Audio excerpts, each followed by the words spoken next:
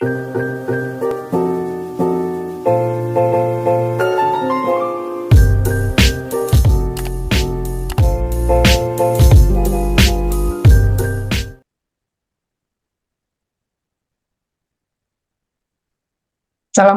warahmatullahi wabarakatuh. Alhamdulillahirrabbilalamin. Puji dan syukur marilah kita panjatkan kehadirat Ilahi Robbi. Salawat beserta salam mudah-mudahan senantiasa terlimpah curahkan kepada junjungan kita Nabi besar Muhammad Sallallahu Alaihi Wasallam. Hari ini saya akan mempresentasikan dari tugas manajemen PAUD, yaitu manajemen pengelolaan pembelajaran. Baiklah, marilah kita simak dari serba-serbi pengelolaan pembelajaran. Yang pertama, kita harus mengetahui dulu apa itu pengertian pengelolaan pembelajaran. Karena istilah pengelolaan itu sama dengan manajemen. Namun dalam hal ini saya akan mengambil istilah pengelolaan pembelajaran. Pengelolaan pembelajaran adalah suatu proses perencanaan, pelaksanaan, pengorganisasian, dan evaluasi kegiatan belajar mengajar yang dilakukan untuk menciptakan lingkungan yang kondusif serta mendukung pencapaian tujuan, yaitu tujuan pendidikan. Dan pengelolaan pembelajaran itu mencakup pengaturan sumber daya, metode, dan strategi pembelajaran yang sesuai dengan kebutuhan peserta didik agar proses belajar menjadi lebih efektif, efisien, dan menyenangkan. Itu mungkin secara umum arti dari pengelolaan pembelajaran. Nah, sekarang kita langsung menuju ke konteks PAUD. Karena saya sendiri sebagai pengelola PAUD, jadi untuk saat ini saya akan membahas tentang pengelolaan pembelajaran di PAUD. Pengelolaan pembelajaran melibatkan ada penyusunan program yang ramah anak, pendekatan pembelajaran yang sesuai dengan tahapan perkembangan, serta lingkungan yang aman dan mendukung eksplorasi serta interaksi. Tentunya dalam hal ini lingkungan belajar yang terdiri anak usia dini, para pendidik dan tenaga kependidikan juga termasuk para orang tua siswa. Nah, apa itu tujuan dari pengelolaan pembelajaran? Untuk tujuan utama yaitu pengelolaan pembelajaran di PAUD itu membentuk lingkungan yang mendukung perkembangan holistik anak. Dalam hal ini, perkembangan holistik anak itu termasuk mungkin dari moral agama, kemudian kognitif, kemudian ada seninya, bahasanya, fisik motorik. Itu termasuk perkembangan holistik anak yang harus kita dukung untuk mencapai perkembangan yang optimal. Dan peran pengelolaan pembelajaran yaitu dapat mengoptimalkan proses belajar yang sesuai dengan tahapan perkembangan anak. Kemudian juga bisa menjamin keberlanjutan dan kualitas pembelajaran di PAUD.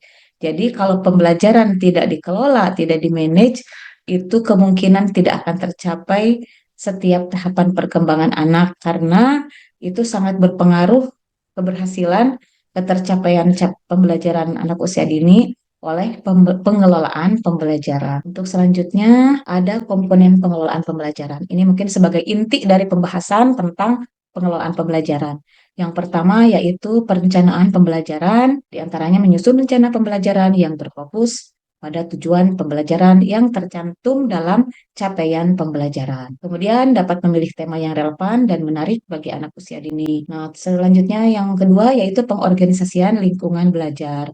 Dalam hal ini yaitu tentang pengaturan ruang kelas yang ramah anak dan memfasilitasi eksplorasi serta interaksi. Yang keduanya, penyediaan media dan alat peraga yang mendukung kegiatan pembelajaran aktif. Yang poin tiga, yaitu komponen pelaksanaan pembelajaran. Jadi ada strategi mengajar yang menyenangkan, seperti bermain sambil belajar. Kemudian pengelolaan kegiatan harian yang terstruktur dan berpusat pada anak didik. Yang komponen keempat, yaitu evaluasi pembelajaran, yakni melakukan asesmen yang sesuai untuk anak usia dini seperti observasi, catatan anekdot, foto berseri, dan portofolio. Dan untuk tujuan evaluasi itu adalah untuk mengukur ketercapaian perkembangan anak sesuai dengan tahapan perkembangannya. Ini adalah empat komponen pengelolaan pembelajaran. Nah, untuk slide selanjutnya ini sebagai penjabaran. Yang pertama itu perencanaan pembelajaran, yang di dalamnya itu termasuk menyusun rencana pelaksanaan pembelajaran atau mungkin waktu kurikulum sebelumnya disebut RPPH dan sekarang disebutnya modul ajar yang komprehensif dengan mempertimbangkan kurikulum, kebutuhan anak, dan tujuan pembelajaran. Jadi RPPH itu atau modul ajar itu adalah merupakan turunan dari kurikulum. Dari awalnya kurikulum, kemudian dengan diturunkan ada CP, kemudian ada TP, ada ATP, dan untuk langkah selanjutnya membuat tujuan kegiatan atau dalam hal ini indikator-indikator yang harus dicapai dalam mencapai capaian pembelajaran. Kemudian yang kedua merancang kegiatan yang variatif, interaktif, dan sesuai dengan tahapan perkembangan anak. Kemudian yang ketiga mengalokasikan sumber daya dan fasilitas yang mendukung tercapainya tujuan pembelajaran. Untuk yang komponen keduanya yaitu pengorganisasian kegiatan pembelajaran. Yang pertama ada pengelompokan anak. Pengelompokan anak di sini maksudnya mengelompokkan anak berdasarkan usia, tingkat perkembangan anak, dan untuk kebutuhan khusus dalam memfasilitasi pembelajaran yang berdiferensiasi. Biasanya di TK-TK itu ada pengelompokan anak dari kelompok atau kelas. Jadi ada kelompok A, ada kelompok B. Itu kenapa harus dipisah? Karena mereka kebutuhannya berbeda, tahapan perkembangannya juga berbeda. Dan untuk kebutuhan khusus, dalam hal ini sekarang karena ada sekolah inklusi, jadi ketika ada anak yang berkebutuhan khusus, itu sudah dianjurkan pemerintah untuk dapat diterima selama kita mungkin masih mampu untuk mengarahkan ke perkembangan yang optimal. Itu mungkin yang pertama. Yang kedua, tata letak ruang kelas yaitu mengatur tata letak ruang kelas yang mendorong interaksi, eksplorasi, dan kerjasama antar anak. Mudah-mudahan dalam lingkup ruang kelas TK itu kan di idealnya adalah sekitar 6 kali 7. Misalnya ada ruangan yang kurang dari itu luasnya, kita tata, kita atur supaya anak bisa berinteraksi atau bisa bereksplorasi. Ada ruang gerak anak untuk bisa misalnya ketika kita ada pembelajaran proyek itu anak bisa bekerja sama, terus anaknya mungkin bisa ada komunikasi dengan guru atau interaksi dengan guru merasa nyaman. Itu mungkin untuk tata ruang kelas. Itu pun terkadang kita suka menggunakan ada istilahnya dekorasi kelas yang sekaligus itu menjadi edukatif. Itu pun harus ditata di ruang kelas itu jangan sampai kelas itu terlalu over mungkin penuh dengan dekorasi tapi tidak mengedukasi gitu untuk tata letak ruang kelas. Kemudian yang ketiga ada jadwal kegiatan. Jadwal kegiatan ini terkait dalam mengorganisir jadwal kegiatan harian yang seimbang antara pembelajaran struktur, eksplorasi bebas, dan istirahat. Jadi ketika kita membuat perencanaan pembelajaran untuk satu hari, itu harus diseimbangkan. Ada mencapai capaian pembelajaran apa atau tujuan pembelajaran apa yang ingin dicapai hari itu. Nah, jadi semestinya memang kita sudah ada SOP-nya, ada kegiatan pembukaan, ada kegiatan inti, ada istirahatnya, dan ada penutup. Nah, ini harus diseimbangkan dan biasanya kalau sudah tercantum di kepemenuhan jam itu 30 menit pembukaan, 60 menit kegiatan inti, 30 menit istirahat, dan 30 menit lagi penutup. Itu memang kalau jam standar minimal. Adapun suka ada sekolah yang lebih dari itu bisa disiasati atau mungkin diatur lagi pengorganisasian jadwalnya tergantung kebutuhan dan program dari kurikulum sekolah tersebut.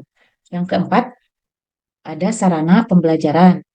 Dalam hal ini menyiapkan sarana pembelajaran yang beragam seperti alat peraga, media audiovisual, dan bahan bermain. Jadi sarana pembelajaran yang dapat mendukung pelaksanaan program atau kegiatan pembelajaran.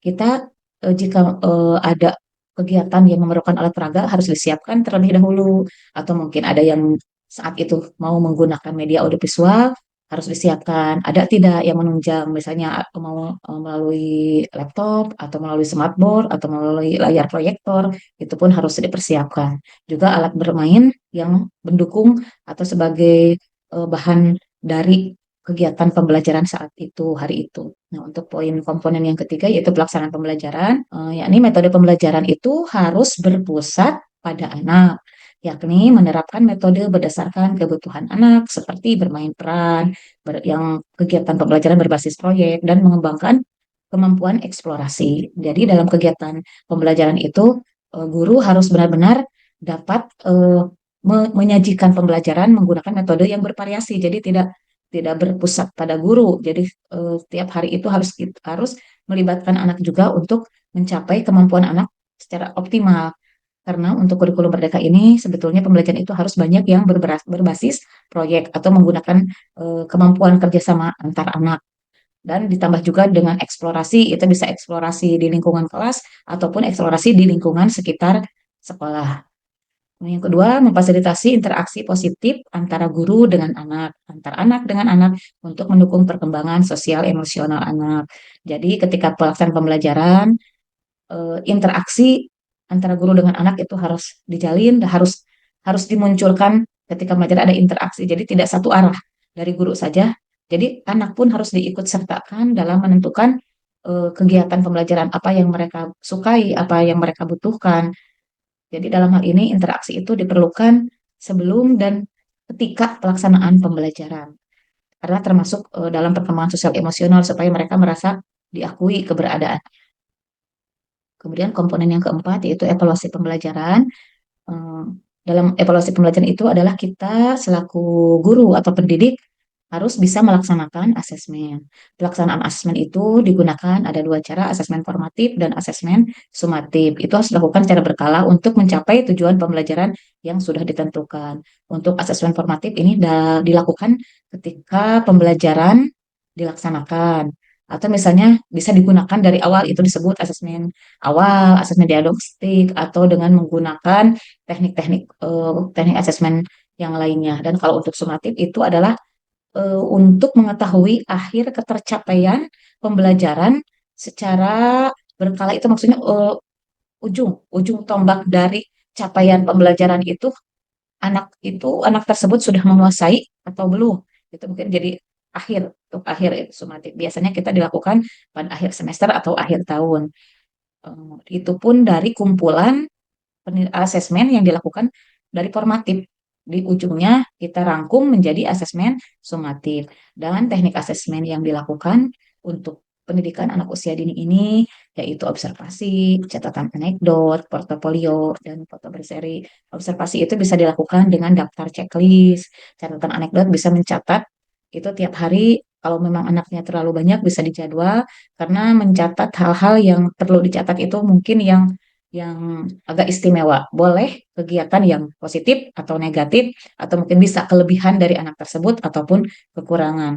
Nah, untuk portofolio itu kumpulan hasil karya anak, itu dari bentuk apapun, dari hasil karya apapun, itu dikumpulkan menjadi portofolio. Dan foto berseri itu, ketika anak melakukan sesuatu itu, guru semestinya menggunakan dokumen supaya menjadi bukti fisik bahwa anak itu bisa melakukan hal-hal yang kita sudah rencanakan, apakah mampu atau tidak.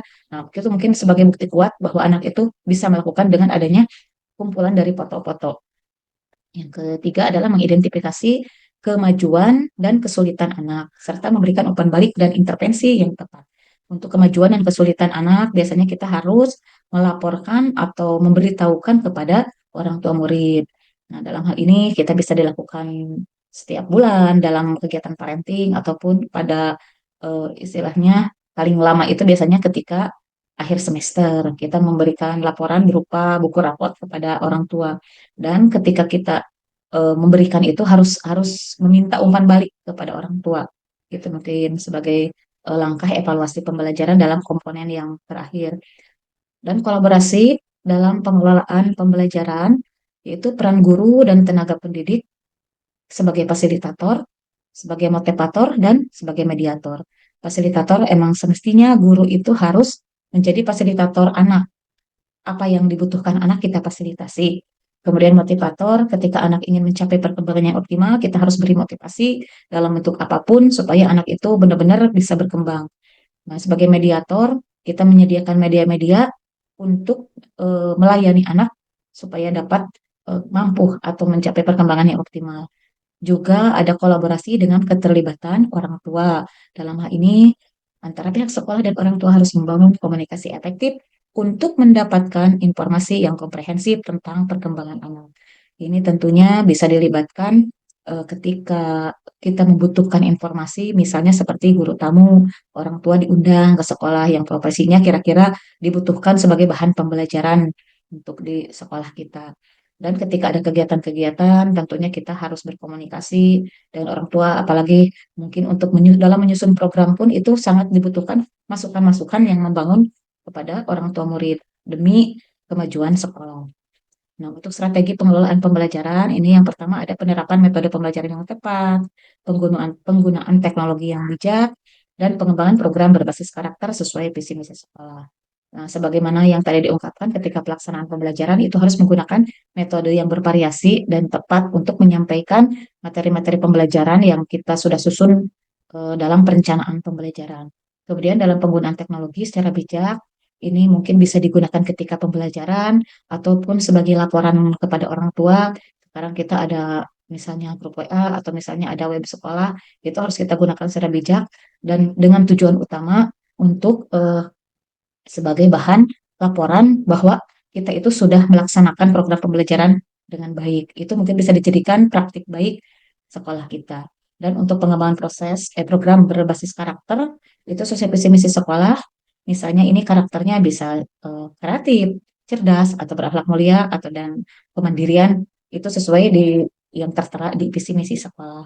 Nah, untuk yang terakhir adalah tantangan dan solusi dalam pengelolaan pembelajaran. Tentunya dalam pengelola pembelajaran itu tidak mudah, banyak tantangan dan saya merasakan hal itu misalnya ada tantangan dari keterbatasan fasilitas dan sumber daya. Dalam hal ini fasilitas sekolah mungkin tidak semuanya memadai atau mungkin banyak keterbatasan-keterbatasan atau istilahnya masih minim untuk peralatan yang kita butuhkan. Kemudian gurunya juga terkadang masih belum mampu untuk menggunakan berbagai variasi metode pembelajaran. Yang kedua, kesulitan dalam menyesuaikan metode dengan karakteristik anak, karena karakteristik anak itu berbeda-beda, dan kita sekarang dituntut harus eh, melakukan pembelajaran yang berdiferensiasi sesuai dengan karakteristik anak. Jadi memang itu adalah suatu tantangan, apalagi kalau misalnya di dalam kelas kita, di dalam sekolah kita ada anak ABK, itu memang sangat-sangat menjadi tantangan. Dan sebagai solusi, yang pertama itu peningkatan kompetensi atau pelatihan untuk guru, baik itu luring atau daring, diusahakan ada program satu semester itu bisa satu atau dua kali untuk pelatihan, dan kalaupun tidak ada kegiatan luring, di daring pun sudah tersedia di PNM itu banyak pelatihan-pelatihan untuk peningkatan kompetensi guru, hanya untuk meluangkan waktunya mungkin harus lebih semangat lagi itu untuk peningkatan kompetensi. Selain itu juga kita bisa berbagi praktik baik di komunitas atau di kombel, baik itu kombel lembaga ataupun kombel antar lembaga. Itu misalnya di KKG kecamatan seperti itu. Kemudian ada penyediaan alat bantu atau APE dan pengembangan metode pembelajaran yang kreatif. Tentunya ini memerlukan dana yang cukup dan mudah-mudahan ini bisa bisa menjadi eh, bahan ke depannya, misalnya kita mengajukan proposal seperti itu untuk mendapat bantuan. Kemudian dalam kesulitan sarpras itu sebetulnya bisa disiasati karena kita sekarang ini pembelajaran tidak harus di kelas, kita gunakan alam sekitar karena kebetulan kalau di lembaga saya itu di kampung ada banyak media-media seperti ada mungkin lingkungan sekitar ada kebun-kebun, ada pesawahan, atau misalnya hal-hal yang lainnya. Ketika dibutuhkan pembelajaran, anak bisa bisa dibawa keluar kelas untuk mencari alat bantu yang kira-kira cocok dalam pelaksanaan pembelajaran. Dan untuk kesimpulan dan tindak lanjut, kesimpulannya manajemen pengelolaan pembelajaran yang efektif di PAUD dapat mendukung perkembangan anak secara holistik dan optimal. Tentunya ini menjadi modal utama untuk mencapai perkembangan anak terholistik dan optimal itu benar-benar pengelolaan pembelajarannya harus dilaksanakan dengan baik. Kemudian peran serta seluruh elemen guru, orang tua, dan lembaga sangat penting dalam mencapai tujuan pendidikan anak usia dini. Jadi kita harus kerjasama dan kolaborasi antara guru, antara dengan kepala sekolah dan juga orang tua murid dan bila perlu dengan lingkungan sekitar atau masyarakat sekitar. Untuk rencana tindak lanjut, lembaga PAUD itu harus berkomitmen untuk meningkatkan kualitas pembelajaran dan memberikan fondasi yang kuat bagi tumbuh kembang. Itu menjadi bahan untuk kemajuan ke depan. Kita harus berkomitmen komitmen bersama. Mudah-mudahan tujuan pendidikan anak usia dini itu dapat tercapai dengan baik.